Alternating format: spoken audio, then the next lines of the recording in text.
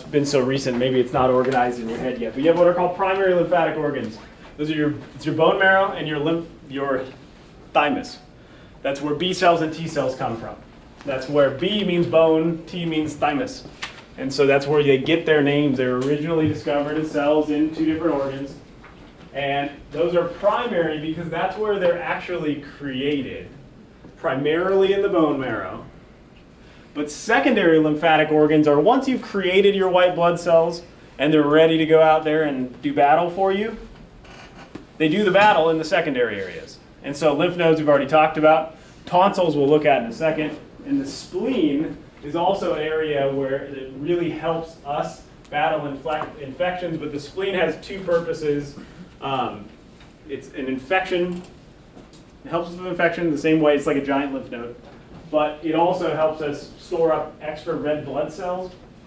They're not the best red blood cells, but they'll work in a pinch when we've lost a lot of blood. And so that's kind of our backup blood supply as well. So they play a role in that too. All right, so you're going to need a little bit of time to think about the details of this, which you'll need to know for lecture. All I really want you to know is kind of basic concepts, B cells and T cells.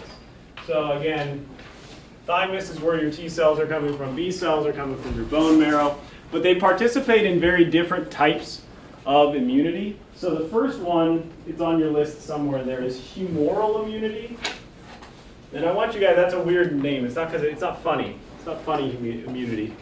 It's humoral, meaning body fluids. And humoral immunity is mostly accomplished by what B cells do.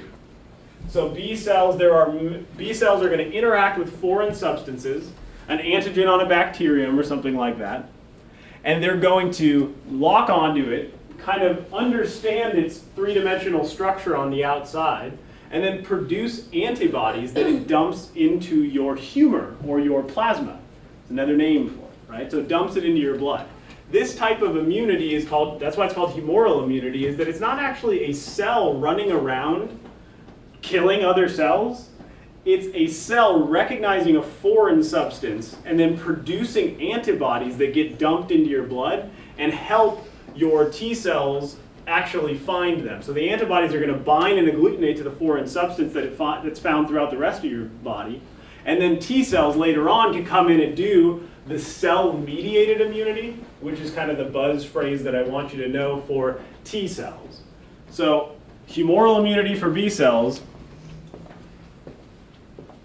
and then cell-to-cell immunity or cell-mediated immunity for the T cells. T cells come in a lot of different shapes and sizes. There's killer T cells, natural killer cells. They all kind of specialize in what they do best, but they're all going cell by cell to kill things, whereas the B cells are very important because you got one cell that recognizes one pathogen, and then it's going to dump billions of antibodies into your blood to try and find that pathogen somewhere else. Antibodies move through your blood 100 times faster than a cell ever could. The best case scenario for a cell. So that's the advantage to antibodies, is you can think of a cell as being really slow, really, really slow. But antibodies are so small, they fly around your body and they can capture any foreign substance that resembles the one that was first interacted with by the B cell. Now there are memory cells, so plasma cells on your sheet. Should just say plasma B cells. So B cells that's a general term.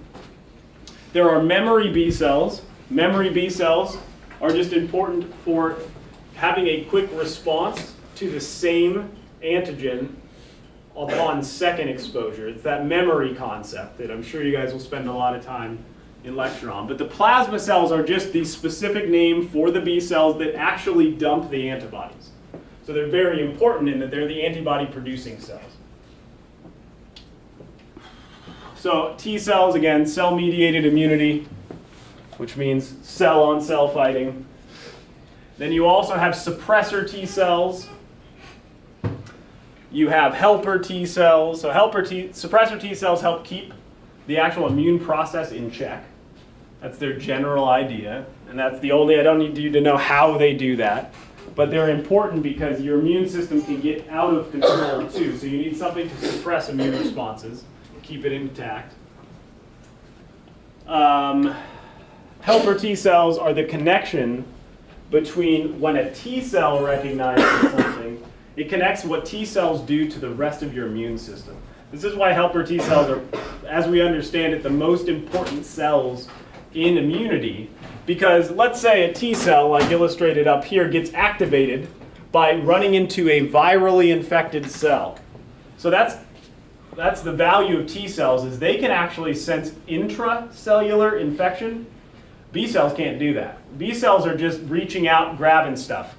So it's got to be floating in your fluid for a B cell to do anything about it. The T cells actually interact with infected cells, and then they get activated. But a T cell, since the B cells are ignorant of anything that's inside of a cell and causing problems, you need the helper T cells to actually communicate and tell the B cells that a T cell has found a virally infected cell. So it's the connection between these two types of immunity, the humoral immunity and the cell-mediated immunity. So without helper T cells, you're not looking good in terms of a total immune response.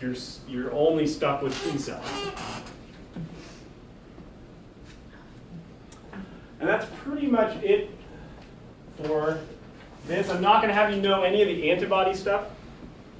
So it's just a list of stuff that your book gives you. So there's different classes of antibodies that are released, and they do slightly different jobs within your cell, but that should be discussed in lecture. We're not going to be pointing at antibodies or any of the anatomy. So everything in that antibody category, I'm not going to deal with that in lab at all.